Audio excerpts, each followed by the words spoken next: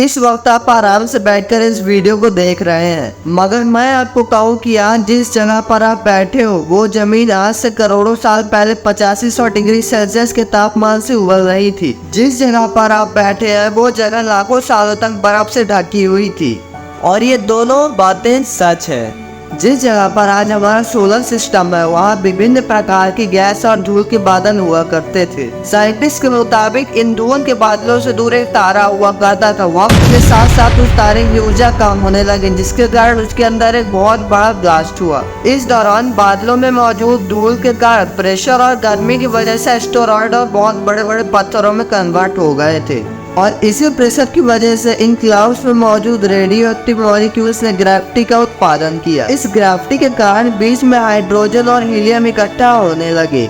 बीच में इस भयंकर दबाव के कारण एक भयंकर ब्लास्ट हुआ और इस ब्लास्ट के कारण सन का जन्म हुआ। स्पेस में फैले एस्टेरॉयड में भारी वजन की वजह से ये सन के अराउंड घूमने लगे। इसमें से एक एस्टेरॉयड ब्लास्ट हुआ जिसकी वजह से मरकरी, वीनस, अर्थ और मार्स जैसे प्लैनेट्स का निर्माण हुआ। साइंटिस्ट के हिसाब से उस वक्त पृथ्वी और मार्स के बीच में थिया नाम का प्लैनेट अर्थ के अराउंड रिवॉल्व करता था। ग्रेविटी की वजह से सन के अराउंड रिवॉल्व करने वाले एस्टेरॉयड अब अर्थ के अराउंड रिवॉल्व करने लगे और धीरे धीरे करोड़ों सालों तक ये अर्थ पर घूमते रहे और ऐसी घटना हमारे पड़ोसी प्लैनेट थिया पर भी हो रही थी, जिसके कारण थिया अर्थ के और पास आने लगा और आके अर्थ से टकरा गया। इस भयंकर कोलिजन की वजह से अर्थ के पास स्पेस में मॉलिक्यूल्स की तरह फैल गए और एक रे की तरह अर्थ के अराउंड रिवॉल्व करने लगे। इन्हीं रिवॉल्विंग मॉलिक्यूल्स में ही कोलिजन होने लगा, जिसकी वजह से मून का निर्माण हुआ। उस वक्त अर्थ में बस एक ही समुद्र हुआ करता था और वो था 1900 डिग्री सेल्सियस टेम्परेचर पर उबलता हुआ लावे का।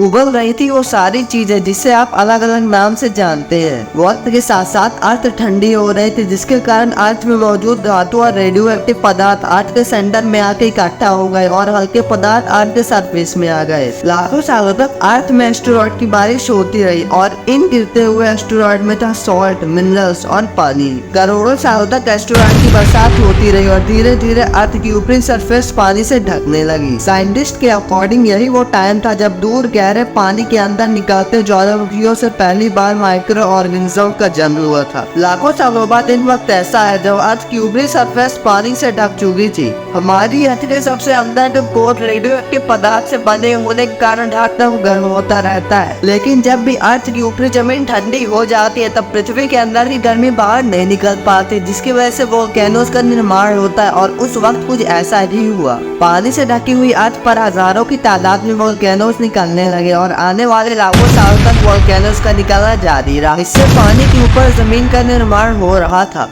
उस वक्त भी अर्थ पर एटमॉस्फेयर न होने की वजह से स्पेस से एस्टेरॉयड की बरसात हो रही थी। आज से लगभग 300 करोड़ साल पहले अर्थ पर ऐसा वक्त आया जब अर्थ का वातावरण लगभग स्थिर होने लगा। वोल्केनोस निकलना कम हो गए तो पृथ्वी का एक दिन 12 घंटे का हुआ करता था। साल बीतते गए और धीरे धीरे माइक्रो ऑर्गेनिज्म डेवलप होते गए और ग्रुप में रहने लगे। आज से लगभग 250 करोड़ साल पहले पहली बार अर्थ पर ऐसे ऑर्गेनिज्म का निर्माण हुआ था जो जीने के लिए यह पानी के अंदर मिनरल्स और सनलाइट का इस्तेमाल करते थे और बॉडी वेस्ट के रूप में ऑक्सीजन छोड़ते थे। इस वक्त तक अर्थ पर ज्यादातर वोल्केनोस निकलना बंद हो चुके थे और इन माइक्रो बैक्टीरिया की वजह से एटमॉस्फेयर में ऑक्सीजन की मात्रा बढ़ रही थी। एटमॉस्फेयर में ऑक्सीजन बढ़ने की वजह से अर्थ का वायुमंडल बनना शुरू हुआ और आने वाले हजारों सालों तक वातावरण में ऑक्सीजन की मात्रा बढ़ती रही, जिसकी वजह से अर्थ के ज्यादातर हिस्सों में ये माइक्रो ऑर्गेनिज्म फैल गए। हजारों सालों बाद एक वक्त ऐसा आया जब अर्थ में ज्यादा ऑक्सीजन बढ़ने की वजह से ये माइक्रो ऑर्गेनिज्म मरना शुरू हो गए। उस वक्त अर्थ का वातावरण ठंडा होने के साथ साथ ऑक्सीजन से भी भर चुका था,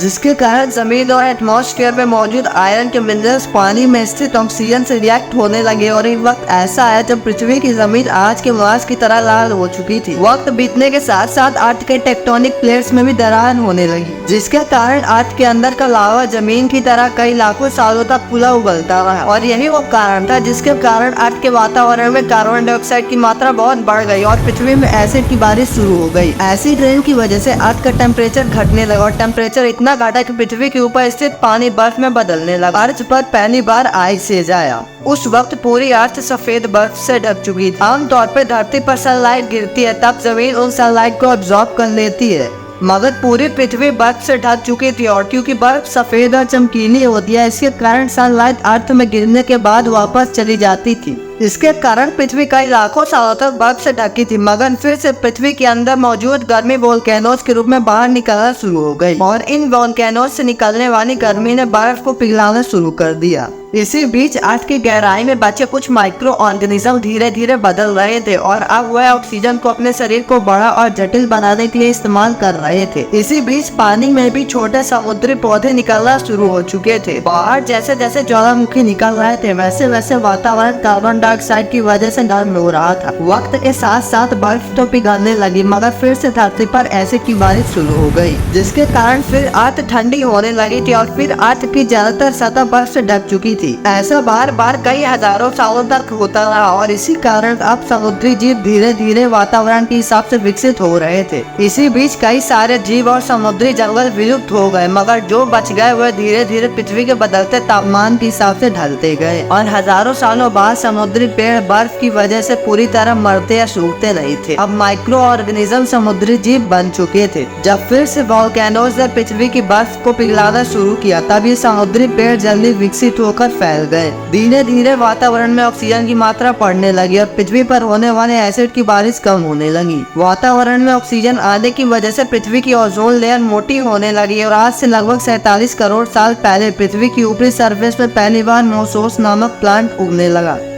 वक्त के साथ साथ जमीन पर अलग अलग प्रकार के पौधे और पेड़ उगना शुरू हुए। एक वक्त ऐसा आया जब जमीन के पेड़ों की लंबाई लगभग 80 से 100 फीट जितनी या आज के 5 से 6 मंजिला बिल्डिंग जितनी हो चुकी है। वो वक्त था जब समुद्री जानवर समुद्र से बाहर निकल रहे थे और जमीनी जानवरों में परिवर्तित हो रहे थे। अर्थ की ज्यादातर जमीन एक जगह इकट्ठी हो चुकी थी जिसे हम पंजिया महाद्वीप के नाम से जानते हैं। पृथ्वी का वातावरण लगभग स्थिर हो चुका था और अब करीब 21 से 23 घंटे का दिन हुआ करता था। अब समुद्री जीव पानी से बाहर रहने लगे थे और वातावरण के हिसाब से उनके शरीर का रंग रूप बदल रहा था। धीरे धीरे ये जमीनी जानवर डायनासोर में बदल गए। जिन डायनासोर ने पेड़ पौधों को खाना शुरू कर दिया उन डायनासोर का शरीर लंबा और विशाल रूप से विकसित होने लगा। कुछ डायनासोर शिकार किया करते थे जिसके कारण वो छोटे और तेज होते चले गए। पृथ्वी की ऊपरी जमीन एक जगह इकट्ठा होने के कारण ज्यादातर जमीन रेगिस्तान और बंजर हो चुकी थी। ज्यादातर जंगल समुद्र के करीब हुआ करते थे जिसमें डायनासोर रहा करते थे। आज से लगभग 20 करोड़ साल पहले पेंजिया महाद्वीप टूटना शुरू हो गया। पेंजिया का अलग होने की वजह से पृथ्वी की ज्यादातर ऊपरी जमीन पानी की संपत्ति में आने लगी, जिसके फलस्वरूप अर्थ में हरियाली बढ़ती गई। इस वजह से डायनासोर और ज्यादा विभिन्न और विशाल होते चले गए। डायनासोर्स ने आने वाले लगभग 20 से 30 करोड़ सालों तक पृथ्वी पर राज किया। उस वक्त डायनासोर समुद्र से लेकर जमीन और आसमान तक पूरी पृथ्वी पर राज किया करते थे। इस दौरान अफ्रीका से टूटा भारत आज के तिब्बत से टकराया और इस कोलिजन की वजह से हिमालय का निर्माण हुआ। आज से लगभग 6.5 करोड़ साल पहले पृथ्वी की तरफ आज के माउंट एवरेस्ट से भी बड़ा लगभग 4.5 लाख करोड़ किलो जितना वजन का एस्टेरॉयड लगभग 80,000 किलोमीटर प्रति घंटे की स्पीड से पृथ्वी की तरफ आ रहा था। पृथ्वी की सतह छूते ही उसमें आग लगी और वो जलते हुए सीधा पृथ्वी से टकराया।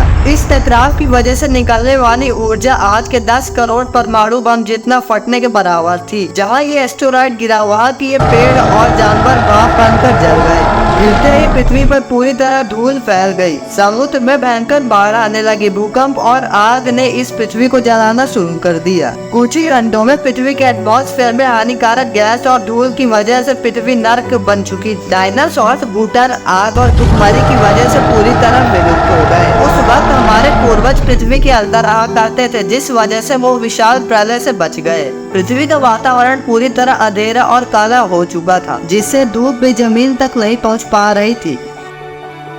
पृथ्वी के पेड़ और ज्यादातर जानवर विलुप्त हो गए। एटमॉस्फेयर में हार्मफुल गैस और धूल की वजह से फिर से एसिड रेन की बारिश शुरू हो गई और पृथ्वी ठंडी होकर बर्फ से ढक गई। लेकिन इस बार पृथ्वी की बर्फ लाखों सालों तक नहीं जमी रही और 80 से 90 हजार साल बाद बर्फ पिघलनी शुरू हो गई। जैसे ही धरती पर एटमॉस्फेयर पहले की तरह होने लगा वैसे ही धरती के अंदर के जीव बाहर निकलने लगे। उस वक्त पृथ्वी की बर्फ पिघलना शुरू ही हुई थी जिसकी वजह से अफ्रीका में घने ठंडे जंगल हुआ करते थे और इसी बीच बंदरों में परिवर्तन होने लगे। मगर जैसे जैसे पृथ्वी गर्म होने लगी वैसे वैसे अफ्रीका के ये जंगल सूखने लगे और जंगलों में खाने वाले बंदरों को खाने की कमी होने लगी। खाने की तलाश में ये बंदर पैरों से चलना शुरू कर देते हैं, जिससे उन्हें दूसरे जानवरों को शिकार करने में मदद मिलती थी। धीरे धीरे बंदर एप्स में बदलने लगे। खाने की तलाश में ये बंदर पृथ्वी के दूसरे हिस्सों में फैलना शुरू कर देते हैं और धीरे धीरे उनके शरीर का रंग रूप वहाँ के मौसम के हिसाब से बदलने लगा और वक्त के साथ साथ हम आदिवासी बने। हमने हथियार और आग का आविष्कार किया। हम धीरे धीरे इंसान के रूप में विकसित होने लगे। हमने धर्म से लेकर परिवार, भाषा और संस्कृति का निर्माण किया और वक्त के साथ साथ हम विकसित होते चले गए और आज हम इस पृथ्वी की सबसे विकसित प्रजाति बन चुके हैं। पृथ्वी को आज जैसा बनने में लगभग 450 करोड़ साल लगे और हमें जमीन में रहने वाले जानवर से इंसान बनने में लाखों सालों का। मगर हमने इन 100 सालों में पृथ्वी को जितना गंदा और तबाह किया है उतना आज तक किसी भी प्रजाति ने नहीं किया होगा। हम फिर से धरती को गर्म कर रहे हैं और कार्बन डाइऑक्साइड की मात्रा बढ़ रही है और साइंटिस्ट का मानना है कि पृथ्वी में फिर से विशाल परिवर्तन होने वाला है।